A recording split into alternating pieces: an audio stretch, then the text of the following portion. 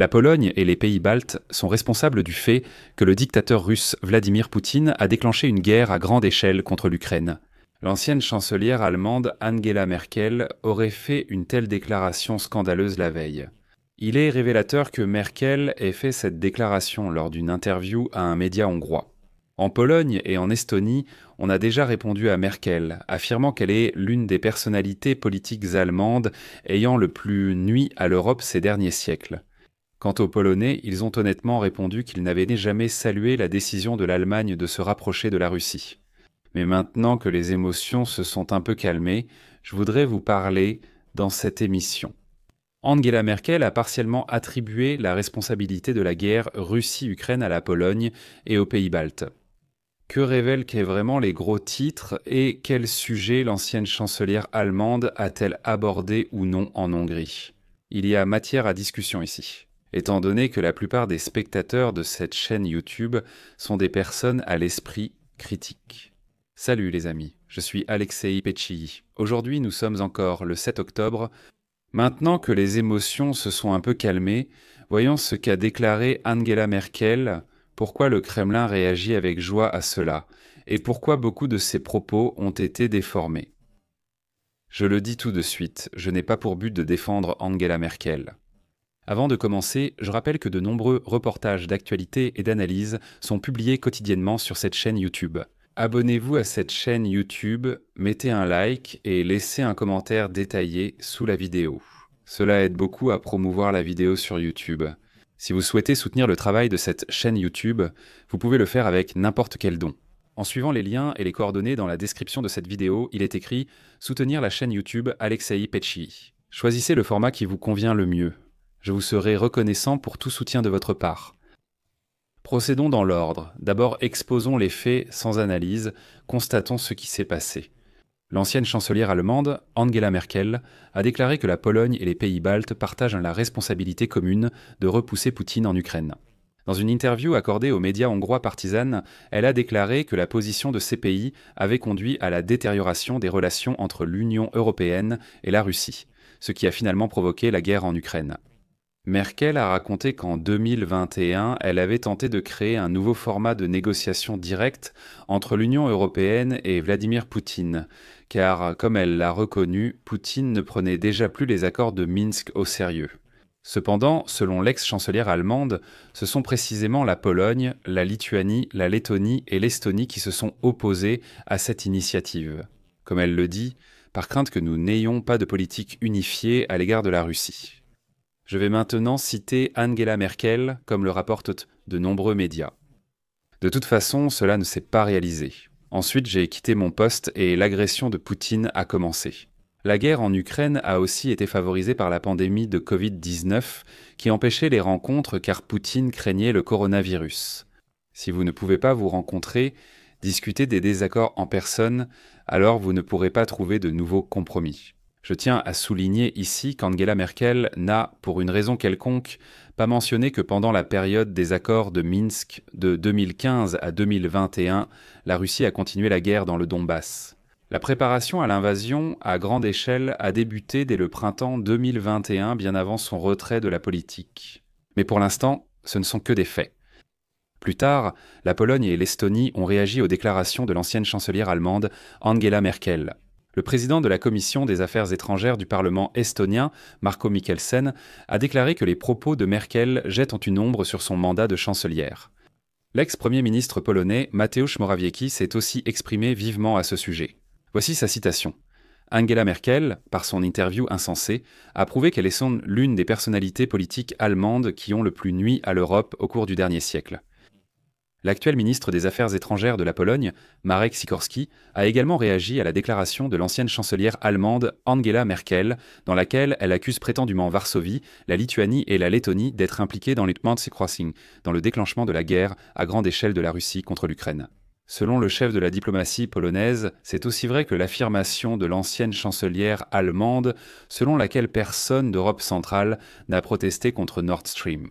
En effet, Merkel déclare qu'il ne faut pas maintenant tout reprocher uniquement à l'Allemagne.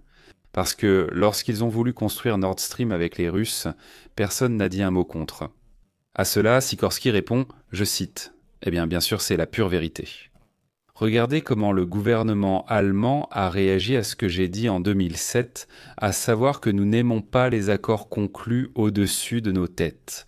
Donc apparemment, la chancelière a oublié comment son propre gouvernement a réagi à nos protestations. J'ajouterai aussi ici que dans cette même interview, l'ancienne chancelière d'Allemagne a exprimé l'opinion que l'absence d'une politique commune en Europe à l'égard de la Russie aurait pu conduire à une invasion à grande échelle de l'Ukraine. En gros, pendant que certains commerçaient avec la Russie, d'autres étaient vains contre cela, et ainsi de suite. Si tout le monde avait commencé, ça aurait peut-être été mieux. Du côté de Poutine, ils ont aussi réagi à l'interview scandaleuse d'Angela Merkel. Eh bien, les Russes, par la voix de Peskov, affirment que la politique folle des pays baltes a fait de l'Union européenne et de Bruxelles les otages de Varsovie et des pays baltes. Bref, le Kremlin a aimé la déclaration de Merkel. Ils disent bon qu'elle a bien parlé. Vraiment, ce n'est pas nous qui avons commencé la guerre, ce sont eux qui ont provoqué. Et maintenant, nous passons à l'analyse. Premièrement, d'où vient l'information selon laquelle Angela Merkel aurait accusé la Pologne et les pays baltes dans la guerre de la Russie contre l'Ukraine? Un article portant exactement ce titre est paru le 6 octobre sur le site du célèbre média allemand Bild. Où et pourquoi Merkel a-t-elle fait une telle déclaration? Et c'est là que ça devient vraiment intéressant. Angela Merkel a accordé une interview au portail hongrois pro-gouvernemental Partizan, qui illustre parfaitement l'orthodoxie russe. Mais pourquoi Merkel a-t-elle donné une interview? Pourquoi s'est-elle soudainement tue? Elle s'est tue, puis elle est apparue, elle donne une interview, tout est très simple. Merkel a donné l'interview lors de son récent voyage à Budapest dans le cadre de la promotion de son livre de mémoire. Un scandale lié à l'auteur, est-ce bénéfique pour le livre? Oui, c'est une très bonne publicité. Voyez le tapage autour de Merkel ces jours-ci. Et à ce moment-là, elle vend son nouveau livre. Un excellent coup de pub. Mais est-ce que Merkel a vraiment révélé quelque chose de nouveau sur la guerre de la Russie contre l'Ukraine dont elle s'était tue jusqu'à présent? Tout d'abord, si vous écoutez l'interview, vous n'entendrez pas de phrase sur la part de responsabilité de la Pologne et des pays baltes. Comme l'écrit Bild, toutes les citations, y compris celles que j'ai mentionnées plus haut, sont une interprétation du journal Bild. D'ailleurs, si vous allez à l'article original, il est écrit en bas qu'il s'agit d'une accusation indirecte.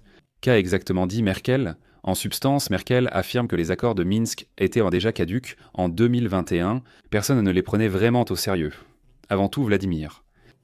Voilà pourquoi Merkel voulait un autre format de négociation. Et alors Merkel a proposé, avec Macron, d'organiser à nouveau un sommet Union européenne-Russie. Je rappelle que de telles rencontres n'ont pas eu lieu depuis 2014, c'est-à-dire depuis l'annexion de la Crimée. Mais cette idée d'un nouveau sommet n'a pas été soutenue lors du sommet de l'Union européenne. D'abord, la Pologne et les pays baltes ont été mécontents. Ensuite, Merkel a quitté le pouvoir et Poutine a envahi l'Ukraine. Pour être juste. Il convient d'ajouter que Merkel elle-même, lors de l'interview, accuse à plusieurs reprises Moscou d'avoir déclenché la guerre. Dans l'ensemble, le message de Merkel est à peu près le suivant. Un nouveau format de négociation avec Poutine en 2021 aurait pu être une chance d'empêcher la guerre. Mais à quel point il était réel, nous ne le saurons jamais. Voilà tout. Et ici, je rappelle que le président de l'Ukraine, Volodymyr Zelensky, avait alors critiqué la proposition de Merkel, la qualifiant d'injuste. Il disait « Pourquoi parler à un dictateur qui masse des troupes à notre frontière ?» Tout cela se déroulait alors que des craintes d'une invasion massive de la Russie en Ukraine sont apparues au printemps 2021. La Russie avait alors massé des troupes aux frontières de l'Ukraine, mais n'en avait retiré qu'une partie. À ce moment, Angela Merkel voyait son influence politique en Europe et dans le monde diminuer. Il restait quelques mois avant les élections au Bundestag sans Angela Merkel. Et là, je sens déjà venir les commentaires disant que Pichiou a sûrement été payé. Il prend la défense d'Angela Merkel. Il n'a pas suivi la tendance générale, mais il a voulu comprendre les choses par lui-même. Je lis souvent ce genre de commentaires de personnes qui ne regardent pas la vidéo ou seulement le début. C'est pourquoi, pour les spectateurs les plus persévérants et les plus critiques, nous passons à la deuxième partie. Il est important de noter que depuis lors, les opinions d'Angela Merkel n'ont pas du tout changé, elle est restée une Poutine-Versteher. Et ensuite, nous parlons de ce que Merkel n'a pas dit. Elle estime, et d'ailleurs elle l'écrit dans son livre, qu'elle a tout fait correctement. Angela Merkel a répété sa thèse déjà exprimée: la Russie, malgré la violation des accords de Minsk, a laissé du temps à l'Ukraine. C'était censé être ainsi, mais en réalité, quel temps cela a-t-il vraiment donné à l'Ukraine? Merkel ne précise pas non plus l'envoi de couvertures et casques par l'Allemagne pour aider les forces armées ukrainiennes au début de la guerre. Merkel croit toujours au pouvoir de la diplomatie. Elle affirme encore aujourd'hui qu'il faut parler avec les Russes et pas seulement recourir à la dissuasion par la force. Mais là encore, Merkel passe sous silence le fait que les récents efforts du président américain Donald Trump et la reprise des contacts n'ont pas arrêté la guerre menée par la Russie contre l'Ukraine. Trump, justement, parle avec les Russes, mais cela n'a pas aidé.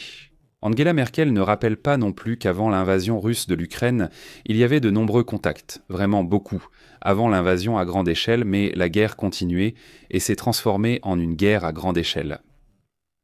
De nombreux dirigeants occidentaux, y compris Friedrich Au, qui lui a succédé au poste de chancelier, Olaf Scholz, ont rencontré Vladimir Poutine.